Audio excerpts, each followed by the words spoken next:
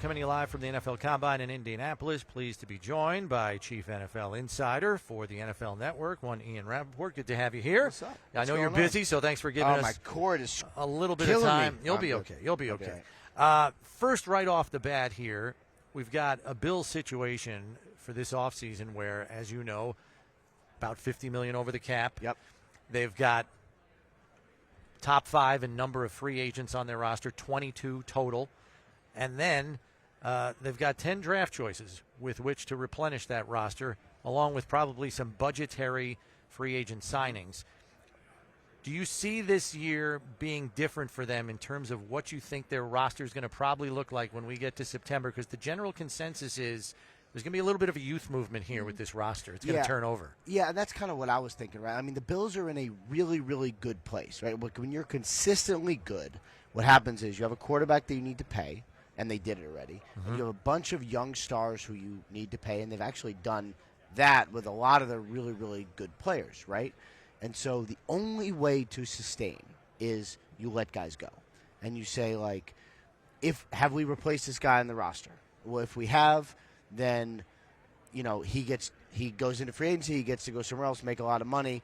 And I trust that this personnel department, the Bills happen to have a very, very good personnel department, I trust that my guys can replace them. Yeah. And we've seen the really good teams over the years have been willing to say, this fan favorite who we love and we would love to have on the team has to go to free agency, and that is okay because I trust that we can either replace him or replace his contribution somewhere else. Well, speaking of exactly that, who do you think is somebody who could be a surprise cap casualty on the Bills? Well, I don't want to go there yet because cap casualties can go a couple different directions. Mm-hmm. They can go hey, you're cut.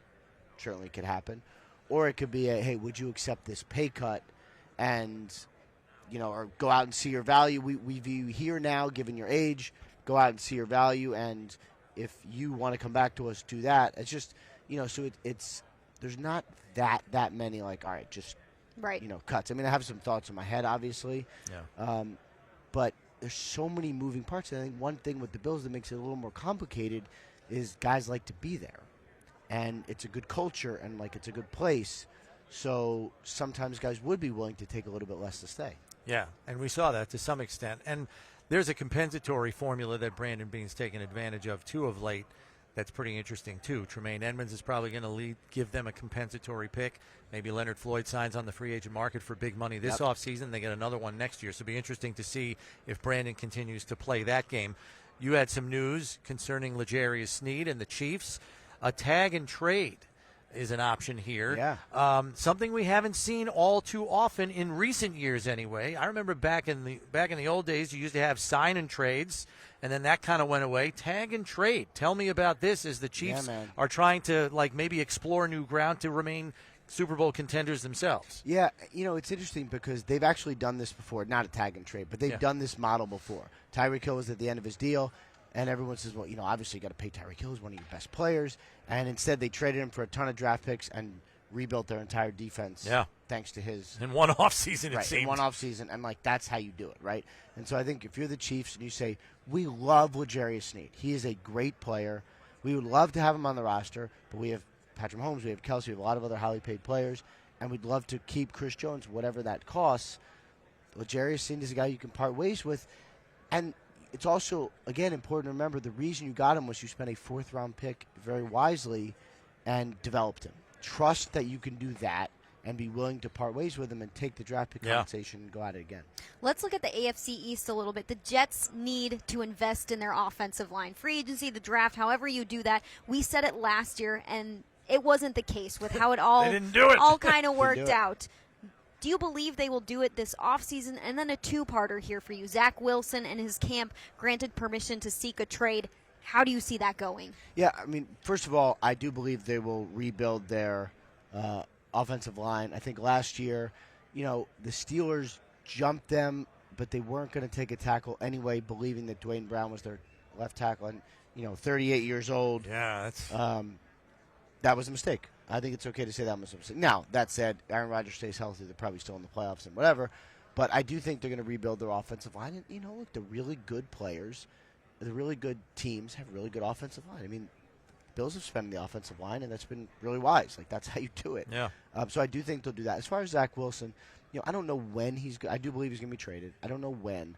A lot of times, especially if it's for a late rounder, it happens around the time of the draft because you get through free agency, the backup quarterbacks take a little bit of a while, and then you say, like, all right, like, how do we fill in this hole? So I could see that going that way. Okay. Let's look at the Patriots, 3rd overall pick.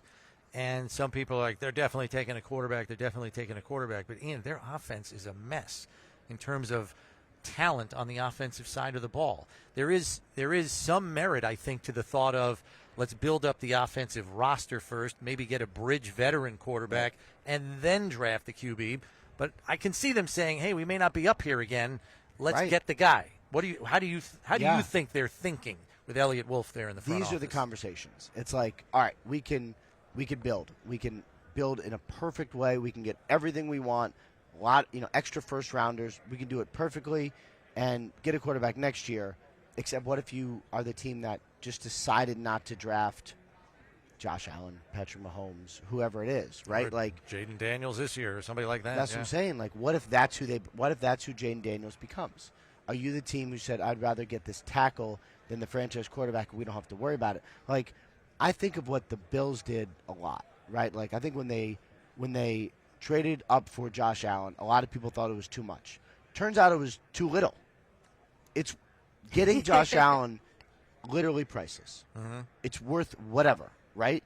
And so, to me, as long as you get the guy, you figure everything else out. But that's what, if the Patriots think that one of those guys is a guy, then the answer is simple. If they aren't sure, the answer is much more complicated. Yeah. Ian, thanks for the time. We appreciate it. We know you're busy. Get back on that beat, and we'll continue to tune into NFL Network to see what other news you got to break here this week. Thanks for the time. Awesome. Really appreciate it, guys. Take care. That's NFL Network Chief Insider Ian Rapoport joining us.